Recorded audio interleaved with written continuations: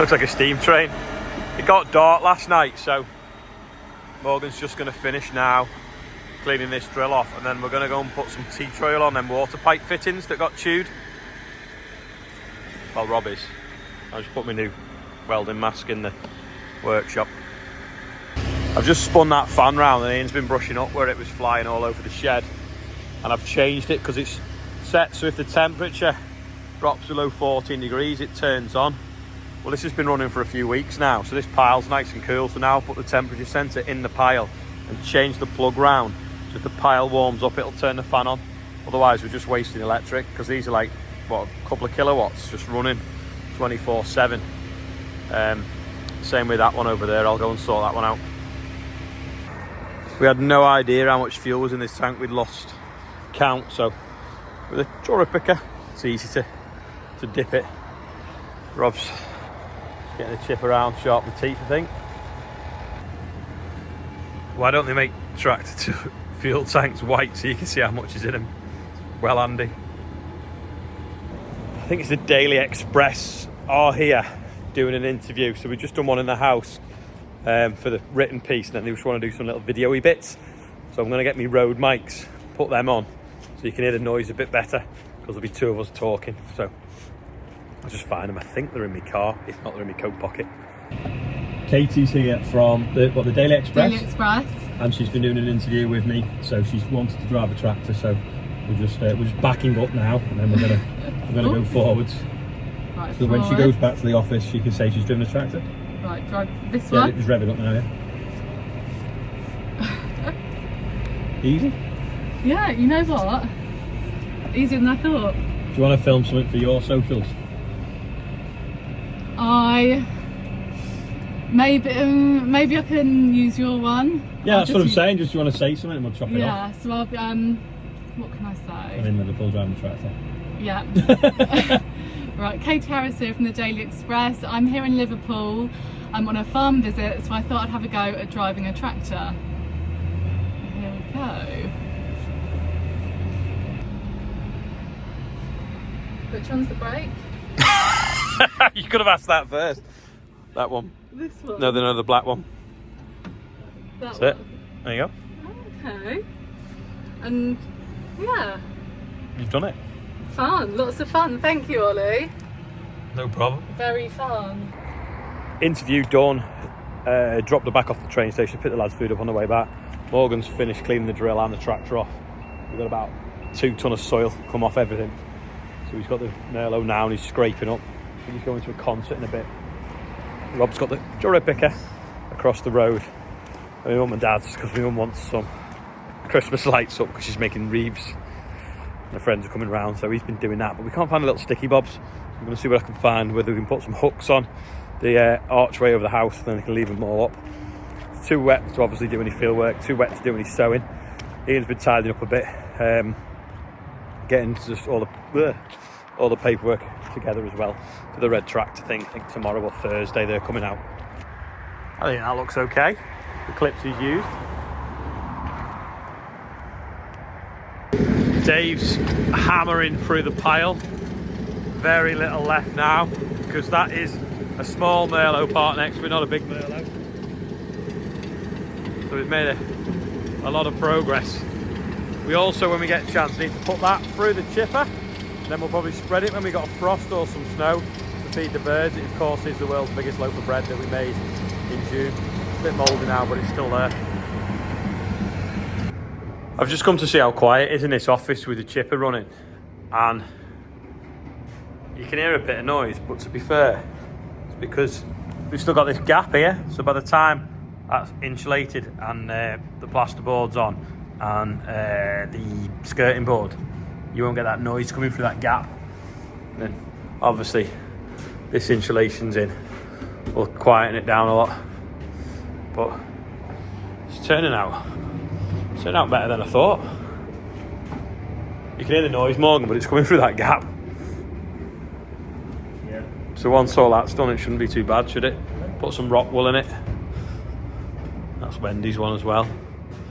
And then this one, I think I showed you the other day in the dark, but looks good. Morgan's put this in the shed, but we kind of cut through here a lot, so I think I'll get the Merlot and wheel it a bit tighter this way so there's a bit more room coming through. Nick's lads are using the workshop to repair a conveyor belt, so there's all sorts of angle grinding going on in there and it smells of rubber, so I'm keeping out of the way. It might be sunny outside, but it's just gone really cold when you walk in the shade. This bucket,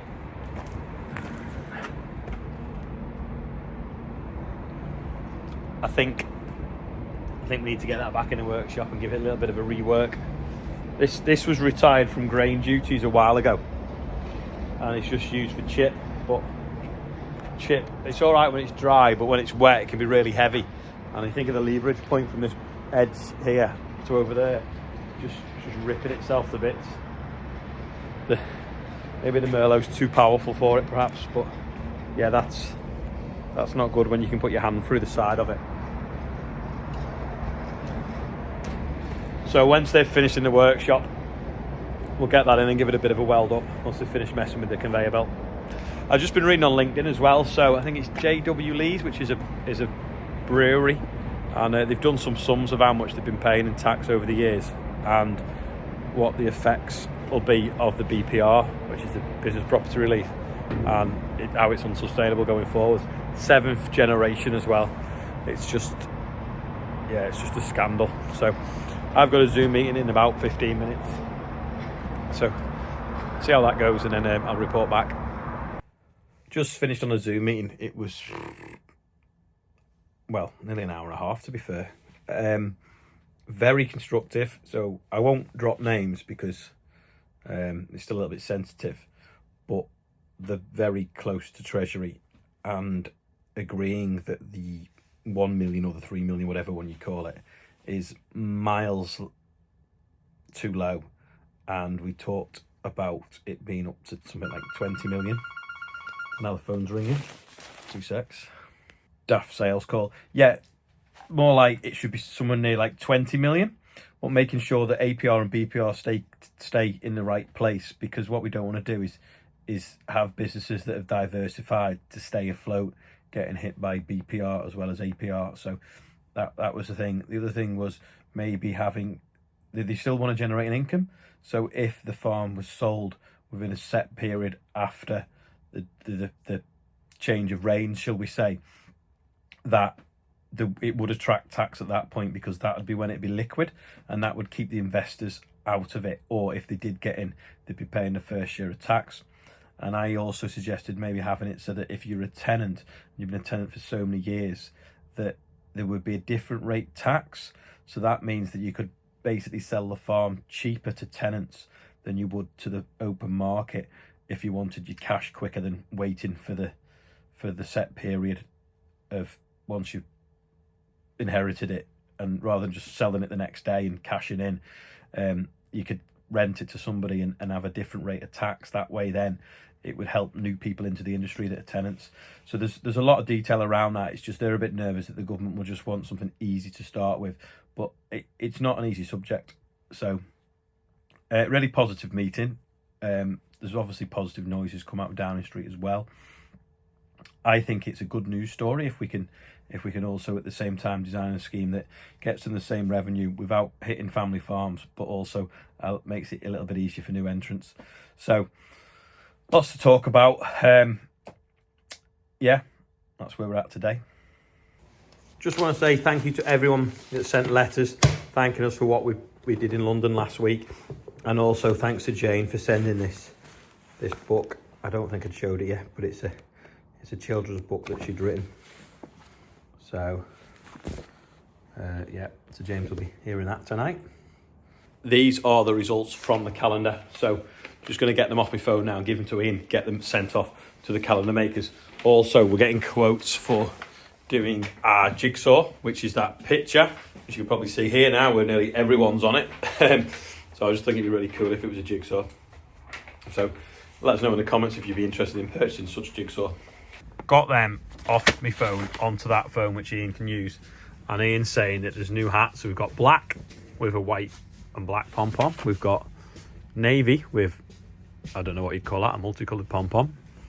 or yellow writing. Is that right? Yeah. Couldn't decide, so I got both. You got the choice.